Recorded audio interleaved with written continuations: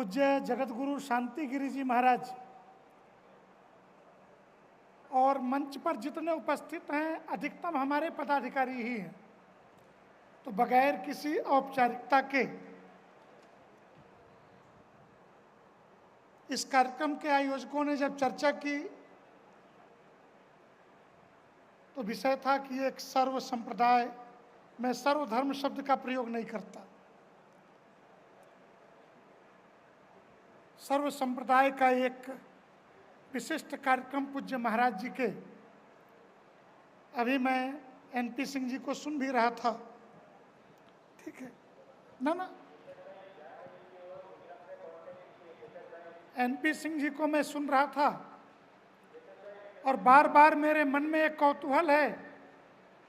पिछले 2500 वर्षों से सनातन हिंदू संस्कृति को जिस प्रकार लांछित करने का प्रयास हुआ, हम बटे हैं, आपस में टुकड़े में हैं, ये अलग संप्रदाय है, ये अलग संप्रदाय है। हमारी रचना बहुत साफ है। भारत भूमि पर जन्म लिए विचार एक संप्रदाय हैं और आयातित दूसरे संप्रदाय हैं। उनकी किताबों में हमारे लिए कोई जगह नहीं है, इसलिए हमें भ्रम नहीं होना चाहिए। उनकी सभ्यता संस्कृति के संघर्ष में हमारे लिए कोई स्थान नहीं। मैं सनातन हिंदू धर्म में 127 संप्रदाय और उसके अंदर छोटे बड़े मिला के 159 संप्रदाय हैं, 159। जब श्री राम जन्मभूमि के लिए प्राण प्रतिष्ठा के समय आमंत्रण पर हम विचार कर रहे थे तो हुआ कि सनातन धर्म का कोई भी अंग छूट ना जाए, सभी को बुलाना है। उस समय ये सारी बातें निकल करके सामने आई। अब प्रश्न यह उठता है, मंच से एक चर्चा हुई कि कल अर्थव्यवस्था पर भी चर्चा करेंगे, तो वैश्विक अर्थव्यवस्था के आधार क्या है? पहले तो हम अपने धर्म के आधार को समझ लें कि भारत में धर्म के आधार पर व्यवस्था, इस देश में कुल 7,45,000 छोटे बड़े गांव हैं, 6,28,000 ग्राम सभा है, जिसमें से सिर्फ 5 लाख ग्राम सभा ऐसी है जहाँ पे हिंदू, मैं हिंदू कह रहा हूँ तो सिख, बौद्ध, जैन भारतीय संविधान में हिंदू ही हैं। मैं इन सब की बात कर रहा। इनके 20 लाख मंदिर हैं, जिसमें से 12 लाख सनातनी चलाते हैं, 8 लाख मंदिर सिख, बौद्ध, जैनों के पास हैं।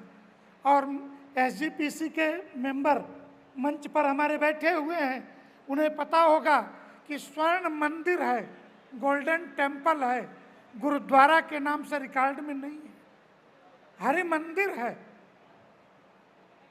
इसलिए समाज को बांटने के जो षड्यंत्र हुए, इसे समझते हुए इस 12 लाख मंदिर में से 3 लाख अनरजिस्टर्ड है, 9 लाख रजिस्टर्ड है। 9 लाख में से 4 लाख मंदिर सरकार चलाती है।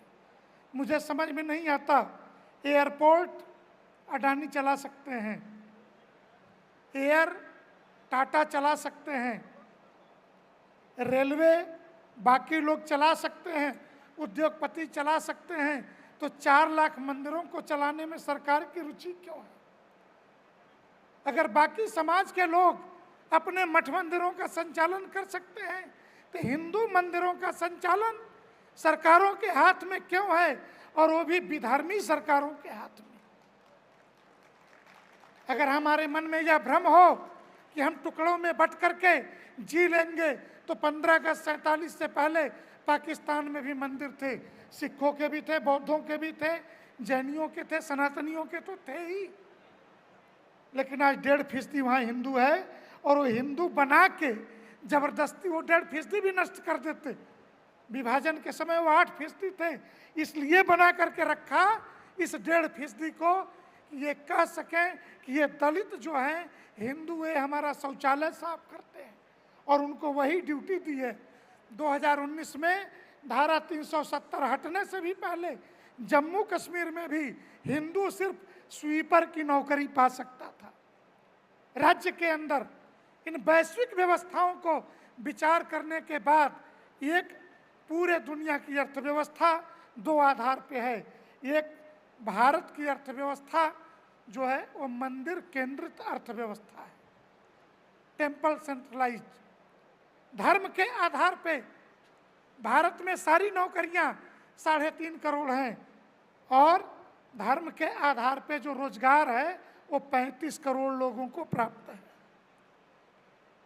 एक मंदिर, ठीक ठाक एक मंदिर है तो पूरे नगर के आजीविका का साधन होता है।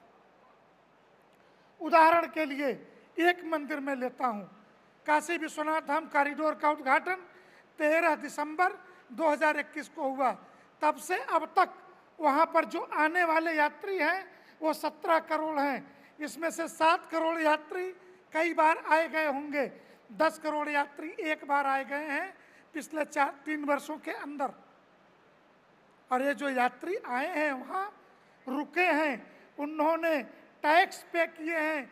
कोई हवाई जहाज से आया, सभी 5 स्टार से लेकर के सामान्य धर्मशाला तक में रुके हैं। आप विश्वास करेंगे कि वाराणसी रीजन में जीएसटी कितना आया होगा? 25,000 करोड़ रुपए की जीएसटी वाराणसी मुख्यालय में पिछले 3 वर्षों में जमा हुई है एक मंदिर की व्यवस्था के कारण। तो ये मंदिर केंद्रित अर्थव्यवस्था, एक कुंभ बीता 3 लाख करोड़ का कारोबार हुआ। एक जनरल जीएसटी 18% निकाल लें तो 54,000 करोड़ हमने सरकार के अकाउंट में पे कर दिया है। ये धर्म आधारित एक अर्थव्यवस्था है। शेष विश्व की अर्थव्यवस्था जो पूरे विश्व को अशांति की तरफ ढकेल रही है वो है सेक्स, वेपन्स और ड्रग्स। मणिपुर का दंगा क्यों हुआ? अफगानिस्तान पे अमेरिका रसिया क्यों लड़े? तो सबके मूल में अफीम है। मणिपुर के सीएम ने पहाड़ों के ऊपर अफीम जलवा दी और उस अफीम के पैसे से वहाँ पे हथियार आते थे चाइना के बाया म्यांमार। इसलिए मणिपुर में दंगा भड़क उठा। तब हमने जाना कि वहाँ भी 43% हिंदू हैं, मैतेई हिंदू वहाँ रहते हैं। इसलिए भारत के प्रधानमंत्री ने भारत के मंदिरों को व्यवस्थित करने, इसके अर्थव्यवस्था को बढ़ाने और ट्रेनों के भी रूट देखिए, हवाई जहाज़ों के रूटों को भी विकसित करने में उन्होंने मंदिर केंद्रित अर्थव्यवस्था। और यही नहीं सलाह दी, उन्होंने कहा अरब देशों को पेट्रोल खत्म हो जाएगा तो क्या करोगे? पूज्य स्वामी नारायण के संत बैठे हैं मंच पर, वहाँ भी मंदिर बना दिया।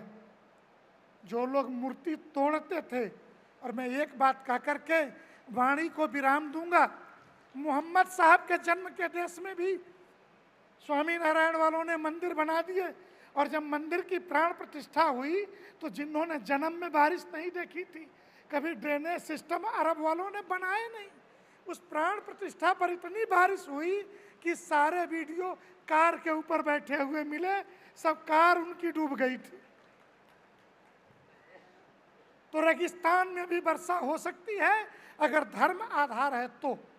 हम तो वृक्ष भी काटते समय प्रणाम करते हैं, तो जानवर काट करके रक्त बहाने वालों से हमारी दोस्ती नहीं हो सकती। इसलिए इस धर्म के मर्म को अगर हम समझेंगे तो मुझे लगता है कि यह देश भी बचा रहेगा, धर्म भी। क्योंकि जो आज से, मैं 19 दिसंबर की बात कर रहा हूँ, पूरे दुनिया में मैंने सुना है कुछ भूचाल लाने के लिए कुछ वीडियोज आज लीक जारी होने वाली है। लेकिन मैं मानता हूँ कि जो लोग हमें नेपाल की, बगल के अफगानिस्तान जैसी क्रांति की धमकी देते हैं, उन्हें पता नहीं है कि यहाँ की क्रांति धर्म के आधार पे होती है। अरे हमने 2-2 युद्ध रामायण और महाभारत भी लड़े हैं, तो नारी के स्वाभिमान के लिए, उसके इज्जत के लिए लड़े हैं। इसलिए हमें क्रांति की धमकी मत दीजिए। और एक इस मंच के माध्यम से मुंबई में एक नए युग का पूज्य महाराज जी के नेतृत्व में सूत्रपात हो रहा है। एक तरफ धर्म अध्यात्म के एकेडमिक पक्ष, जो अकादमिक पक्ष हैं, वो रखे जा रहे हैं। दूसरी तरफ देश के साधु संत, जिनके हाथ में समूची बागडोर है, ये लेकर के मैं मानता हूँ कि धर्म का भला होगा तो इस राष्ट्र का भला होगा, राष्ट्र की एकता अखंडता अक्षुण्ण रहे, सुरक्षित रहे। इन्हीं शब्दों के साथ नारायण श्रीहरि।